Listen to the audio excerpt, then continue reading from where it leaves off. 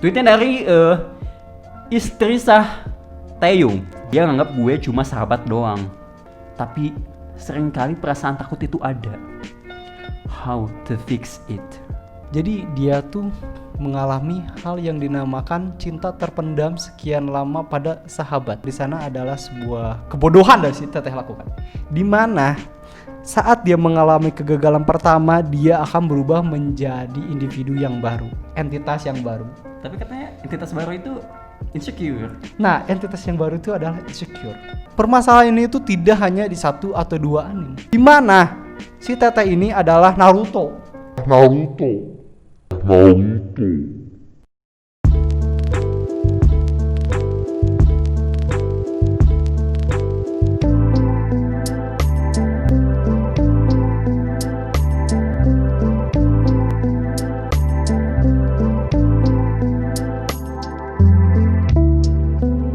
Si Teteh ini adalah Naruto.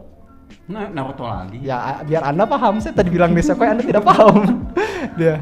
Kita anggapkan dia adalah seperti Naruto. Lihat Naruto, dia anak terbuli. Dia benar-benar tidak punya teman. Dia tuh kan cucunya dari dia cucunya Hokage ketiga kan?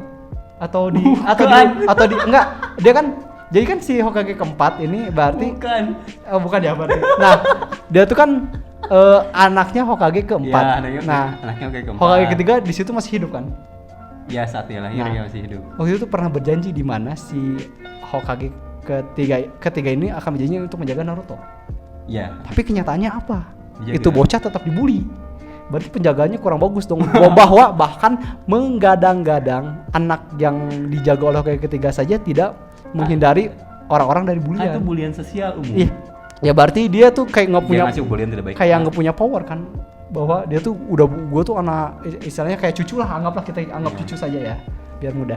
Tapi tetap saja membuat orang-orang tuh tidak berhenti untuk membuli.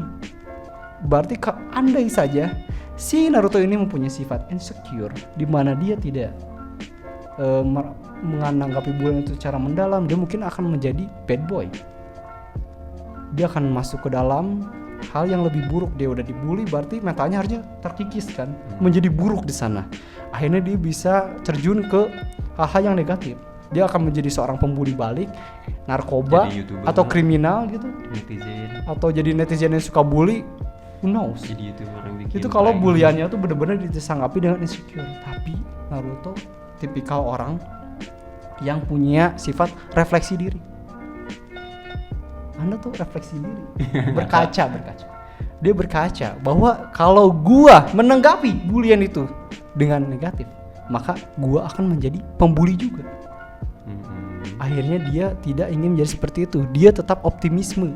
Tetap memilih untuk dibully. Dia enggak, dia optimis karena dia menanggapi bulian itu dengan santuy. Dia tidak menanggapi, tapi dia tetap pada tujuan prosesnya, itu menjadi seorang Hokage. Dari kecil dia ingin jadi Hokage, akhirnya tercapai juga karena sifat optimismenya. Dia menggunakan sifat refleksi diri di mana dia tetap fokus pada tujuannya. Jadi pada si Teteh, jadi saya akan memberikan sebuah konklusi di mana si Teteh agar hidupnya akan menjadi lebih berubah, agar tidak insecure lagi. Jadi contohlah Naruto. Untuk mendapatkan refleksi diri. Itu yang pertama. Dan yang kedua adalah ada yang kedua, ini adalah yang paling penting. Mungkin si Teteh di sini sudah mengalami yang namanya insecure hebat, di mana dia sudah tidak percaya cinta-cintaan karena dia pernah ditolak. Akhirnya dia agak malas untuk mendekati lelaki lagi. Ini benar-benar harus diobati. Dia soalnya mengalami traumatik mendalam.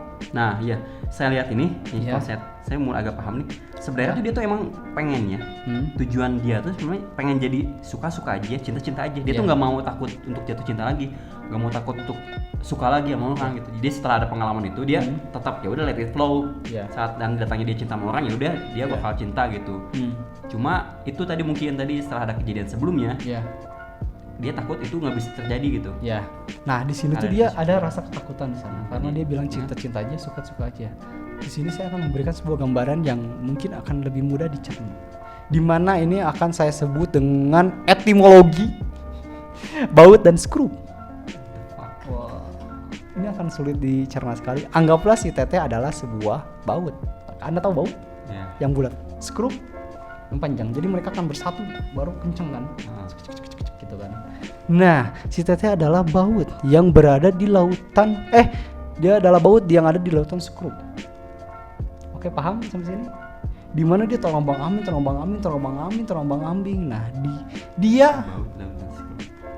Nah, di mana dia tuh harus menemukan ukuran skrup yang pantas untuk bautnya agar mengalami kecocokan. Nah, di mana hal itu tuh harus dicari. Nah, harus dicari. Soalnya kalau tidak dicari, kalau cuman diam saja tidak akan menemukan pasangan yang ideal. Sama seperti yang dilakukan si Teteh. Dia tuh merasa ya udahlah gua suka aja atau gimana. Tetap saja yang namanya komunikasi, pertemuan dengan lawan jenis, obrolan itu tuh harus tetap dilakukan. Tapi biasanya tuh dan kalau yang nyari baut. Iya, tapi sekarang saya membuatnya agar lebih relevan dengan keadaan yang terjadi. Jadi kalau bautnya skrup nih, baut. Enggak. Iya. Bukan gitu. Iya. Gini. Gini. Nah, jadi intinya tuh si Teteh harus tetap menjadi dirinya sendiri. Tolonglah jangan hilangkan rasa insecure di masa lalu yang menghambat perjalanannya di masa depan, karena masa lalu seburuk apapun itu, sejelek apapun itu sudah berlalu. Kalau kamu terus hidup di masa lalu, kamu tidak akan mendapatkan masa depan. Karena seperti ayam yang terkurung di dalam kandang, dia tidak akan tahu dunia luar selama dia masih ngejedok di dalam. Kalau dilepasin jadi ayam KFC dipotong. Nah, seperti itu. Jadi intinya adalah tadi saya kuncinya berarti ada percaya diri ya. Maksudnya enggak jadi diri sendiri ya. Intinya adalah pertama jadi diri sendiri, refleksi diri. Oh, yang pertama tadi bukan ya. Refleksi diri. Dan juga adalah cari kecocokan yang namanya tuh hit and match. Nah, itu yang kedua ya. Iya. Jadi kan yang pertama adalah refleksi diri. Yang kedua adalah hit and match. Ya. Jadi sikat, cari tek. Yes, like this. Refleksi itu berarti termasuk juga tadi Anda sedikit bilang tentang tetap menjadi diri sendiri. Ya. Itu maksudnya supaya dia tuh tetap punya goals, tujuan. Jangan kalau kamu merasa sama seperti halnya ini. Kalau kamu jatuh, apa yang akan kamu lakukan setelah itu? Duduk dulu. Ya duduk dulu, betul. Enggak dong, kalau Anda jatuh nggak mungkin langsung duduk dong. Anjing. Nah, jatuh itu pertama mengumpat kan, mengatakan kata-kata kasar sepuasnya kan. Itu tujuannya untuk apa?